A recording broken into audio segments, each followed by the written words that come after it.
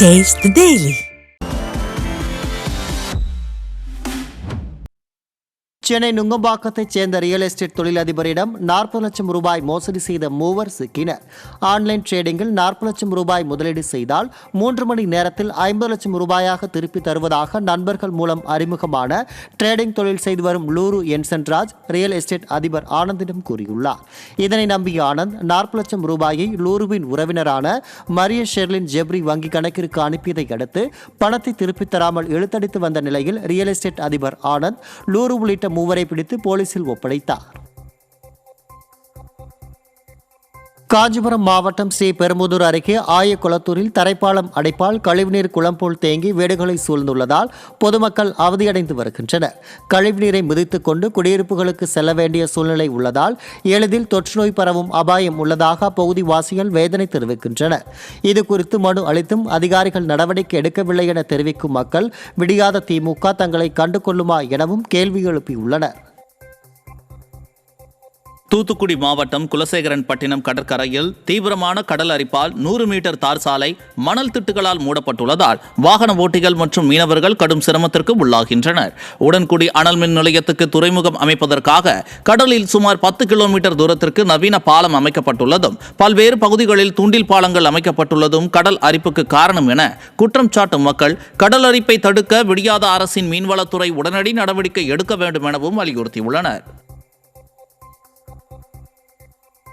சென்னை கிழக்கு கடற்கரை சாலை கொட்டிவாக்கத்தில் உள்ள சக்தி விநாயகர் கோவிலில் அடையாளம் தெரியாத நபர்கள் உண்டியலை உடைத்து பணம் திருடிய சம்பவம் அதிர்ச்சியை ஏற்படுத்தியுள்ளது. கொட்டிவாக்கத்தில் சக்தி விநாயகர் ஆலயம் அமைந்துள்ளது. இந்த கோவிலில் அடையாளம் தெரியாத நபர்கள் சிலர் நுழைந்து உண்டியலை உடைத்து அதிலிருந்த சுமார் 5000 ரூபாய் பணத்தை திருடிச் சென்றுள்ளனர்.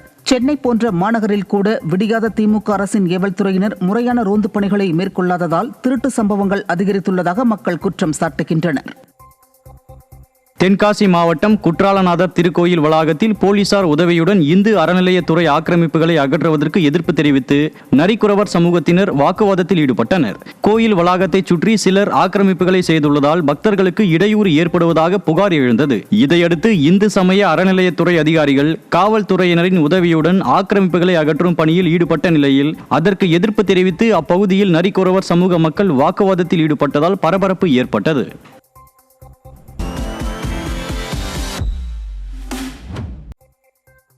சென்னை பூந்தமல்லி அருகே இருசக்கர வாகனம் மீது மணல் லாரி மோதியதில் கல்லூரி மாணவி தலைநசுங்கி பலியானார். காட்டுப்பாக்க பகுதியைச் சேர்ந்த அருந்ததி என்பவர் செந்நீர்குப்பம் அருகே இருசக்கர வாகனத்தில் தனது தோழியுடன் கல்லூரிக்கு சென்று கொண்டிருந்த போது மணல் ஏற்றி வந்த லாரி ஒன்று மோதி விபத்துக்குள்ளானது. இவ்விபத்தில் லாரியின் சக்கரம் அருந்ததியின் தலையில் ஏறி இறங்கியதில் தலை நசுங்கி வீழ்ந்த நிலையில் அவருடன் வந்த பெண் லேசான காயங்களுடன் உயிர் தப்பினார். விதிமுறைகளை மீறி பகல் நேரங்களில் கனரக வாகனங்கள் மாநகராட்சிக்குள் வருவதை விடியாத அரசின் ஏவல் துறையினர் கண்டு கொள்ளாததால் இத்தகைய விபத்துகள் ஏற்படுவதாக மக்கள் குற்றம் சாட்டுகின்றனர்.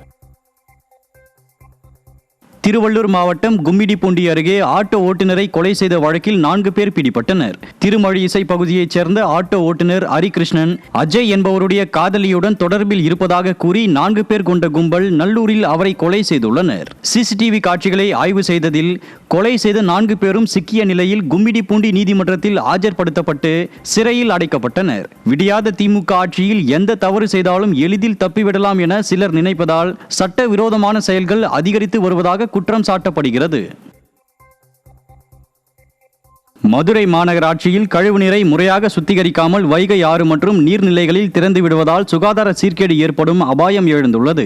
மாநகராட்சியில் உள்ள கழிவுநீர் சுத்திகரிப்பு நிலையங்களில் போதிய வசதிகள் ஏற்படுத்தவில்லை என கூறப்படுகிறது. ஆட்கள் பற்றாக்குறை, ஜெனரேட்டர் வசதி இல்லாதது, உரிய கட்டமைப்பு இல்லாதது உள்ளிட்ட காரணங்களால் கழிவுநீர் சுத்திகரிப்பு நிலையங்களின் செயல்பாடு வெகுவாக பாதிக்கப்பட்டுள்ளது. கழிவுநீரை முறையாக சுத்திகரிக்காததால் நிலத்தடி நீரும் பாழாகும் அபாயம் ஏற்பட்டுள்ளதாக அப்பகுதி மக்கள் வேதனை தெரிவித்துள்ளனர். கிருஷ்ணகிரி மாட்டுச் சந்தையில் மாடுகளின் விற்பனை களை கட்டியது. பொங்கல் பண்டிகையையொட்டி ஊத்தங்கரை பேருந்து நிலையம் அருகே நடைபெற்ற மாட்டுச் சந்தையில் தமிழகத்தின் பல்வேறு பகுதிகளில் இருந்து ஏராளமான கால்நடை வியாபாரிகள் தங்களின் உயர்தரமான உழவு மாடுகளையும் கறவை மாடுகளையும் விற்பனைக்காக கொண்டு வந்திருந்தனர். விவசாயிகள் தங்கள் விவசாயம் மற்றும் சடங்குகளுக்காக ஆரோக்கியமான மாடுகளை வாங்க அதிக ஆர்வம் காட்டிய நிலையில் 80,000 ரூபாய் வரை மாடுகள் விலை போனதாக வியாபாரிகள் மகிழ்ச்சி தெரிவித்தனர்.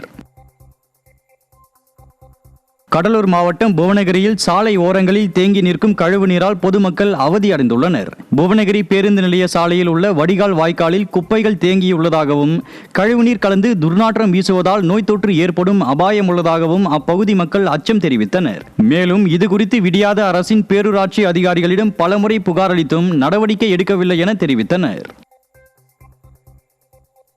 தாமிரபரணி ஆற்று நீரை தேவையில்லாமல் வெள்ள நீர் கால்வாய் மூலம் வெளியேற்றுவதற்கு எதிர்ப்பு தெரிவித்து திருநெல்வேலியில் உள்ள நீர்வளத்துறை அலுவலகத்தில் விவசாயிகள் மனு அளித்து போராட்டத்தில் ஈடுபட்டனர். திருநெல்வேலி, தூத்துக்குடி மாவட்டங்களில் பாசனத்திற்கு தாமிரபரணி ஆற்று நீர் முக்கிய ஆதாரமாக உள்ளது.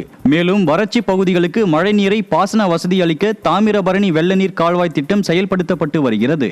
அந்த திட்டத்தின்படி அணைகள் நிரம்பும் போது மட்டுமே கால்வாயில் தண்ணீர் திறக்க வேண்டும் என்ற விதி உள்ள நிலையில் தற்போது அணைகள் நிரம்பாத போதும் தண்ணீர் திறக்கப்படுவதாக விவசாயிகள் குற்றம் சாட்டினர்.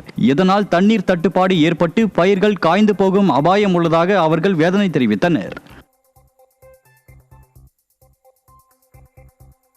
திண்டுக்கல் மாவட்டம் கொடைக்கானலில் உள்ள பூண்டிமலை கிராமத்தில் அதிக அளவில் குப்பை மற்றும் இறைச்சி கோழி கழிவுகள் கொட்டப்பட்டு வருவதால் நோய் தொற்று ஏற்படும் அபாயம் எழுந்துள்ளது. அதிக அளவில் தங்கும் விடுதிகள் உள்ள அப்பகுதியில் குப்பைகள், பாட்டில்கள், இறைச்சி, கோழி கழிவுகள் பிரதான சாலை ஓரத்திலேயே கொட்டப்பட்டு வருகிறது.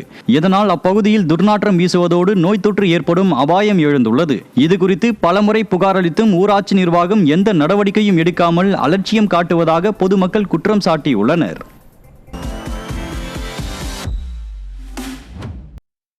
நெல்லை மாவட்டம் மாஞ்சோலையில் 93 பேர் மட்டுமே வசிக்கும் நிலையில் அங்கு 1000க்கும் மேற்பட்ட வாக்காளர் படிவங்கள் பதிவேற்றம் செய்யப்பட்ட அதிர்ச்சி சம்பவம் அரங்கேறியுள்ளது. இது தொடர்பாக அதிமுக சட்டமன்ற உறுப்பினர் இசக்கி சுப்பையா புகாரில் மாஞ்சோலையில் உள்ள 5 வாக்குச்சாவடி நிலைய அலுவலர்களுக்கும் நோட்டீஸ் அனுப்பப்பட்டது. இதையடுத்து பாகம் 102இல் ஒருவர் கூட வசிக்காத நிலையில் அங்கு 63 வாக்காளர்கள் மோசடியாக பதிவேற்றம் செய்யப்பட்டது தெரிய வந்தது. இதேபோல் திமுகவினர் அரசு அலுவலர்களை மிரட்டி தமிழகம் முழுவதும் மோசடியாக வாக்காளர்கள் படிவங்களை பதிவேற்றியுள்ளதாக புகார்கள் எழுந்துள்ளது. கிருஷ்ணகிரி மாவட்டம் பர்கூர் திமுக சட்டமன்ற உறுப்பினரும் அக்கட்சியின் மாவட்ட செயலாளருமான மதியழகன் மக்களுடன் மதியழகன் என்ற பெயரில் திட்டத்தை அறிவித்து ஸ்டாலினுக்கு போட்டியாக விளம்பரம் தேடி வருகிறார். மதியழகனின் அறிவிப்பை கண்ட திமுகவினர், எங்களில் யாருக்கும் பிறருக்கு 10 பைசா கொடுத்து பழக்கமில்லை, ஆனால் ரஜினி மன்றத்தில் இருந்து வந்த மதியழகன் பணத்தை வாரி இறைத்து கட்சி தலைமையையே தன் கட்டுப்பாட்டில் வைத்துள்ளார். அவரை அழைத்து வந்த செங்குட்டவனையும் ஓரம் கட்டிய நிலையில் இப்போது ஸ்டாலினுக்கு போட்டியாக தன் பெயரிலேயே திட்டம் துவக்கி விளம்பரம் தேடுகிறார் என புலம்புகின்றனர். கிருஷ்ணகிரி மாவட்டம் பர்கூர் திமுக சட்டமன்ற உறுப்பினரும் அக்கட்சியின் மாவட்ட செயலாளருமான மதியழகன் மக்களுடன் மதியழகன் என்ற பெயரில் திட்டத்தை அறிவித்து ஸ்டாலினுக்கு போட்டியாக விளம்பரம் தேடி வருகிறார். மதியழகனின் அறிவிப்பை கண்ட திமுகவினர், எங்களில் யாருக்கும் பிறருக்கு 10 பைசா கொடுத்து பழக்கமில்லை, ஆனால் ரஜினி மன்றத்தில் இருந்து வந்த மதியழகன் பணத்தை வாரி இறைத்து கட்சி தலைமையையே தன் கட்டுப்பாட்டில் வைத்துள்ளார். அவரை அழைத்து வந்த செங்குட்டவனையும் ஓரம் கட்டிய நிலையில் இப்போது ஸ்டாலினுக்கு போட்டியாக தன் பெயரிலேயே திட்டம் துவக்கி விளம்பரம் தேடுகிறார் என புலம்புகின்றனர். திருவள்ளூர் மாவட்டம் ஊத்துக்கோட்டை அருகே பள்ளி மாணவர்கள் ஆபாச வார்த்தையில் ரீல்ஸ் பதிவு செய்து இன்ஸ்டாகிராமில் பதிவிட்ட சம்பவம் அதிர்ச்சியை ஏற்படுத்தியுள்ளது. தண்டலம் பகுதியில் உள்ள அரசு உயர்நிலைப் பள்ளி வளாகத்திற்குள் சீருடையில் மாணவர்கள் ஆபாச வார்த்தைகளுடன் ரீல்ஸ் பதிவு செய்த வீடியோ சமூக வலைதளங்களில் பரவி வருகிறது. விடியாத திமுக ஆட்சியில் அரசு பள்ளிகளில் கடுமையான விதிமுறைகள் இல்லாததால் மாணவர்கள் சீரழிந்து வருவதாக குற்றம் சாட்டப்படுகிறது. கோவையில் நீர்வழி தடத்தை ஆக்கிரமித்து பயணியர் நிழற்குடை அமைக்க விவசாயிகள் எதிர்ப்பு தெரிவித்தனர். சூலூர், வதம்பச்சேரி, நல்லூரி உள்ளிட்ட பகுதிகளில் பயணியர் நிழற்குடை அமைக்க அப்பகுதி மக்கள் கோரிக்கை வைத்த நிலையில் அரசியல் காரணங்களால் நீர்வழி தடத்தை ஆக்கிரமித்து நிழற்குடை அமைக்கும் பணிகளை திமுக எம்பி மேற்கொண்டு வருவதாக மாவட்ட ஆட்சியரிடம் பொதுமக்கள் புகார் அளித்தனர். மேலும் மக்களுக்கு எதிராக செயல்படும் திமுக அரசை வீட்டிற்கு அனுப்ப வேண்டும் என பொதுமக்கள் ஆவேசமாக தெரிவித்தனர்.